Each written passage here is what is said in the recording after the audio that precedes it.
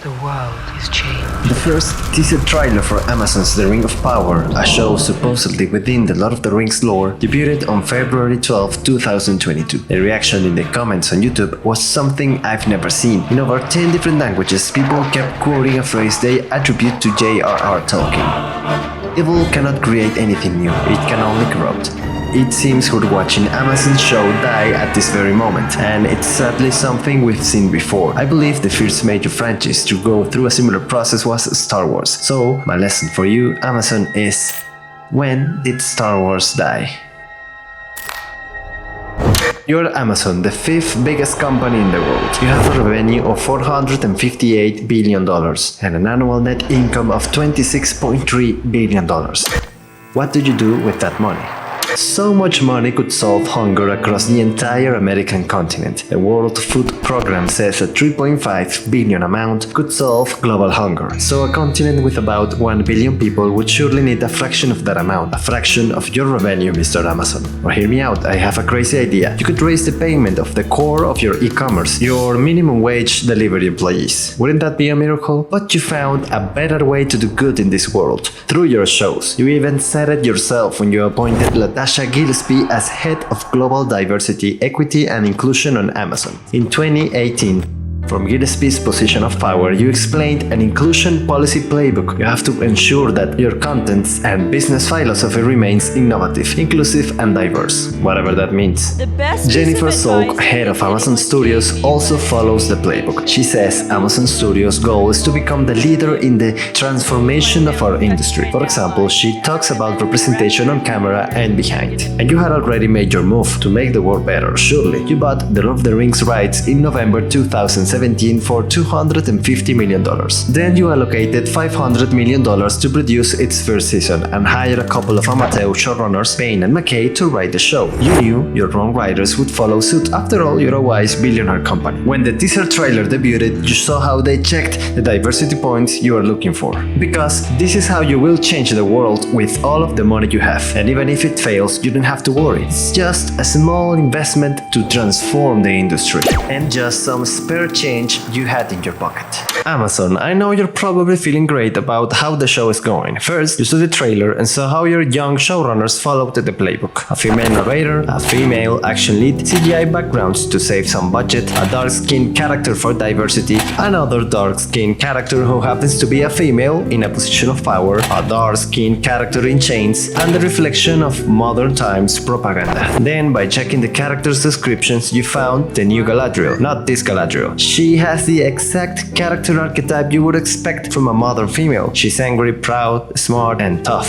Then there's the original character, Halbrand. The description says he's running from his past, which could lead to the typical, pathetic, whiny man we're used to seeing. But this is no issue for you, Amazon. In fact, this is great. And you already commented the showrunner's ambition. During an interview with Vanity Fair, they said, "Can we come up with a novel Tolkien never wrote and do it as the mega event series that could only happen now?" And lastly, executive producer Lindsay Weber explained your ambitions perfectly. She said, "It felt only natural to us that an adaptation of Tolkien's work would reflect what the world actually looks like."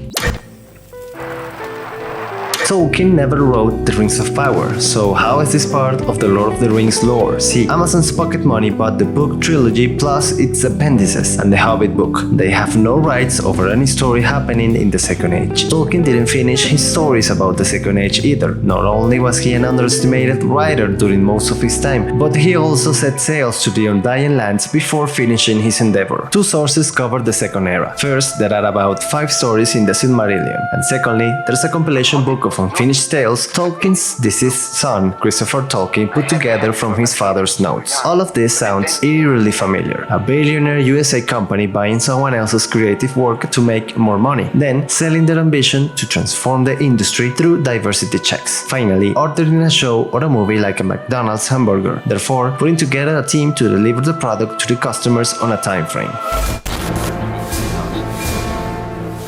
Disney bought Star Wars in October 2012. Many believed the prequels failed, so Star Wars was going to die. However, 2005 Revenge of the Sith earned over $800 million. It's still below Phantom Menace, but it was a massive success and the second highest grossing movie in 2005. George Lucas didn't want to make any more Star Wars stories. The story had finished, so he sold Star Wars to another company that wanted to continue the franchise. And until 2012, we had 3 prequels telling the story of how Anakin became Darth Vader. It's a beautiful mix of classic stories with a sci-fi setting and an action-adventure pace. Then we had the 3 original movies. It also follows the classic hero's journey of how Luke Skywalker redeemed his father, Darth Vader, and how his friends defeated the Empire. That is the end of the story and what George Lucas wrote. It's 2 opposite stories going across a set of 3 movies each. The tragic tale of Anakin, the father, alongside the failure of his mentor Obi-Wan. Then is the heroic story of Luke, the son, alongside his father's redemption and the success of his mentors Obi-Wan and Yoda. But even though George Lucas had ended the story, director J.R.R. Abrams opened the new sequel as a soft reboot. It was A New Hope in disguise, a more expensive and shallow story about rebels versus a galactic empire, an unforeseen hero and a floating laser beam. George Lucas never wrote the story, and Disney never wrote the full story they wanted to make in the sequels either. They just kept going with conflicting ideas on each new movie.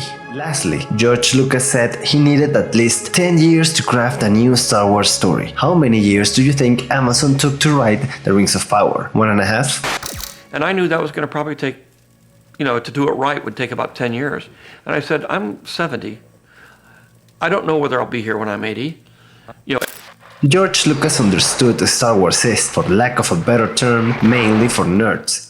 People who can easily be obsessed with something. And I don't mean it aggressively, I'm clearly a nerd. I mean the type of people who can become obsessed with a task, a profession, or a cultural expression. This passion leads us to invest time into what we like, either to increase our knowledge or our skills. George Lucas knew this, so LucasArts gave copyrights to many writers, video game companies, and comic artists worldwide to keep expanding the story. The single rule was not to contradict whatever he said in the movies. The first spin-off Star Wars book was Alan Dean Foster's Splinter of the Mind's Eye in 1978. The next turning point for the franchise was the Throne Trilogy, the 90s series of books by Timothy Zahn. The Star Wars Extended Universe kept expanding in such a way that hardcore fans always had something else to consume. After finishing the movies, they could go towards games, comics, novels, toys, graphic novels, and more. More importantly, fans had the certainty that the Extended Universe would not defile what brought them there in the first place. The George Lucas movies would remain canon, as George Lucas is the Star Wars creator. Without him, none of this would exist. He's the god of this world, the ruler, the owner, and the one who knows better. This idea shouldn't change if the owner sells the rights, because other companies or creators are not the ones who invested years in creating a fiction to become the one that knows better. Let the past die. The Star Wars franchise did not die when Luke Skywalker vanished into the air. It also did not die when Rey became a Skywalker after being an invincible Mary Sue for 3 movies. It also didn't die when the Book of Boba Fett premiered its 6 episodes, showcasing how Disney treats Star Wars as nothing more than flipping another burger. It also didn't die when The Force Awakens rendered Han, Luke and Leia's story useless by delivering the same plot all over again. Star Wars died in April 2014, and it has been in a money-induced coma ever since. This is the moment Disney and Lucasfilm decided to make the extended universe non-canon. Therefore, they became the new rulers, the new gods of the Star Wars franchise. Somehow Palpatine returned. The irony is how Dave Filoni created 2015's The Clone Wars show using many stories in the extended universe. The sequel show Rebels also used non-canon material as a source, for example using the 90s Thrawn character as a villain. However, there is not enough material to obsess over anymore. The series has a clear start and a clear end, and every other spin-off story fills the gap between the 2 points rather than expanding the story. Also, fans don't have the guarantee that Disney will respect George Lucas' original movies, and they haven't. So, ever since Star Wars died, Disney made the first Star Wars movie that lost money, Han Solo. Then they made the worst-rated Star Wars film, The Rise of Skywalker. They created the most average show in its universe, Boba Fett, and they made a movie trilogy with no purpose, story, or direction. There were 3 different directors for each movie, contradicting whatever the prior director said. Rey is no one, Rey is a Palpatine. Let go of the past. No, the past is power. Take your lightsaber back. You were probably looking for it, given that there was a secret map leading to your location for a reason. I don't want it. Here's the villain.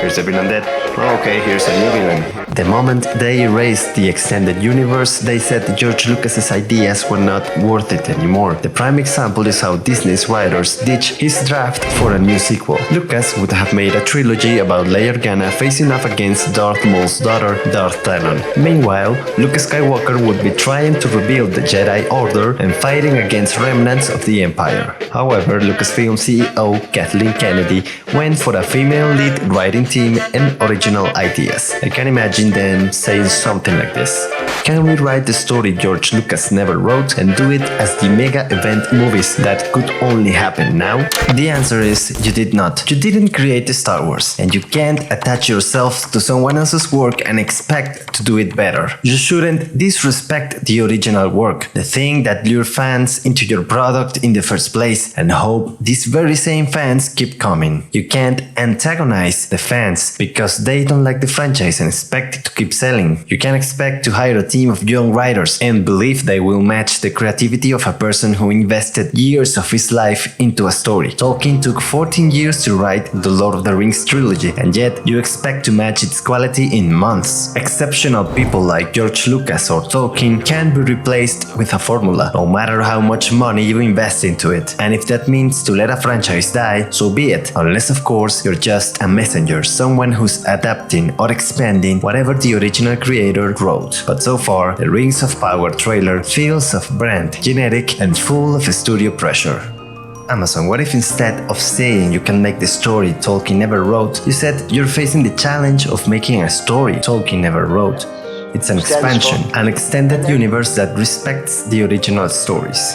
The Lord of the Rings is for nerds. After seeing the movies or reading the books, there's still plenty to consume. There are other books like Silmarillion, wikis, drawings, fan art, YouTube channels, and more. However, you're the ruler now, and you decided to tell a story with a beginning and an end. You also bought the rights of the original trilogy, so at any moment you can also change what we fans believe to be canon.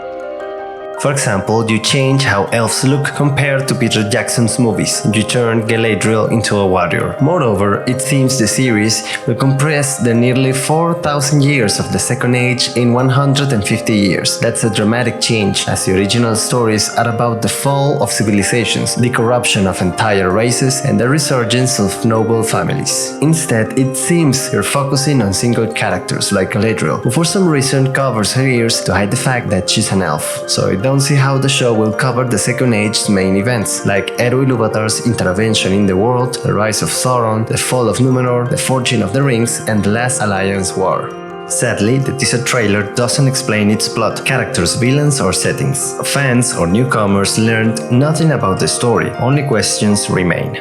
So why is this canon? You may have bought the right to paste the logo across your multiple marketing materials, but that's not enough. Also, Tolkien's son, Christopher Tolkien, passed away in January 2020. He was the head of Tolkien State, the organization that preserved the author's work. He was guiding Amazon towards the path of respecting his father's legacy, but without him, you can do the show your own way.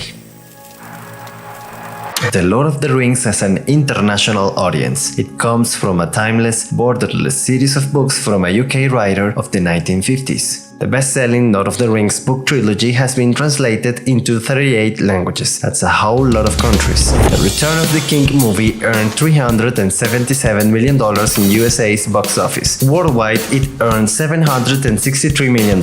Time and time again, I find the international audience is over 50% of the paying customers. I continue. Star Wars Episode 3 had a 56 box office revenue outside of the USA. Yet, you are adding your USA playbook policies to turn Rings of Power into a modern tale with USA politics. Transforming the industry often means forgetting about the international viewers, because the transforming is all about American-made diversity and inclusion checks. Representative, because we're getting like more diversity within this series, like we're seeing our first black elf, we're seeing the first female dwarf. It means your playbook is not addressing anything particularly important for 3/4 of your audience. Every region, continent, country, family, and individual has its issues, and you can't hope to tackle global problems with a diversity of superficial traits. Lastly, even though Amazon Prime has about 140 million users in the United States, which is 74% of their user base, an international audience is ready to see and criticize because these companies and their minion employees didn't dedicate their lives creating a story out of passion. They often forget its purpose or the themes. By themes, I mean the moral question a story makes.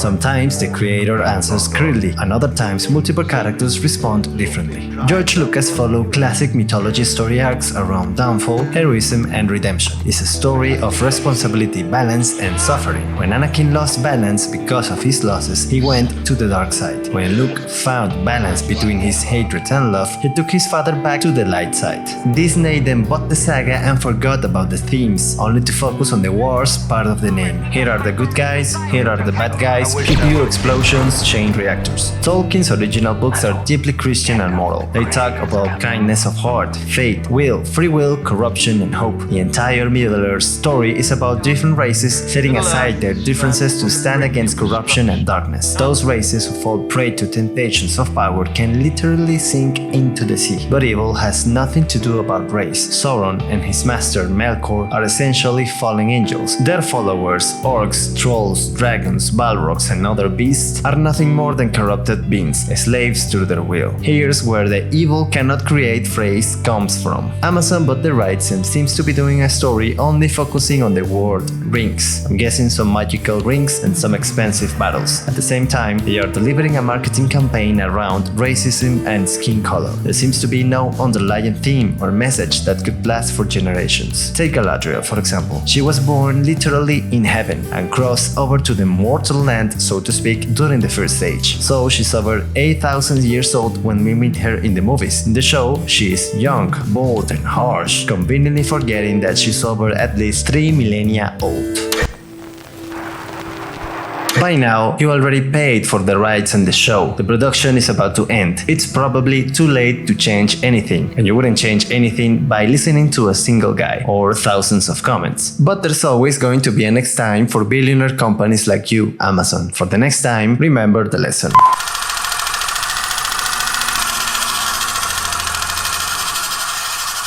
Respect the original creator and the original canon. Respect the original canon. Address your work with modesty and gratefulness rather than ego. Address the fans with respect and appreciation rather than hatred. Make your show for international audiences. Focus on the story rather than checklist. Use similar themes as the original canon. Explain the story on your teaser trailer. Buy the rights to the material you actually want to cover. And implement worldwide atemporal themes rather than modern USA messages. Also, some would add Amazon should respect the setting. Tolkien wrote the Lord of the Rings trilogy plus its backstories as an alternate representation of British, Scandinavian, and Finnish myth. For example, the universe creation through music is a Finnish myth, so introducing black-skinned characters on the show for the sake of representation seems like a complete disrespect to the author, the work, and the cultural heritage. Isn't this what you will call cultural appropriation? Elf, we're seeing the first female dwarf. I believe The Rings of Power will be a forgettable show. It might look nice, sound nice, and sell nice, but I'm sure no one is going to talk about it nicely a year from now. And as it stands, we're looking at the work of a late British author, bought, transformed, and monopolized by an American company. Even so, what Tolkien wrote in Silmarillion, Unfinished Tales, Letters, and others is very hard to adapt. That's because he often covered a story-altering event in a single paragraph. A series would need to stretch and flesh out these events, but not like this.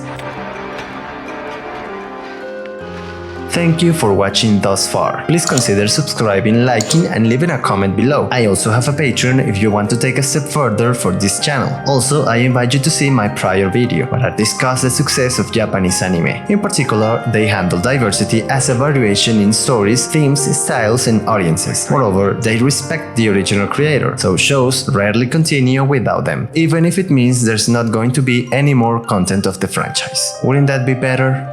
And rising in his stirrups, he cried in a loud voice, more clear than any there had ever heard a mortal man achieve before. Arise, arise, riders of Theoden! Fell deeds awake, fire and slaughter! Spear shall be shaken, shield be splintered, sword day, red day ere the sun rises.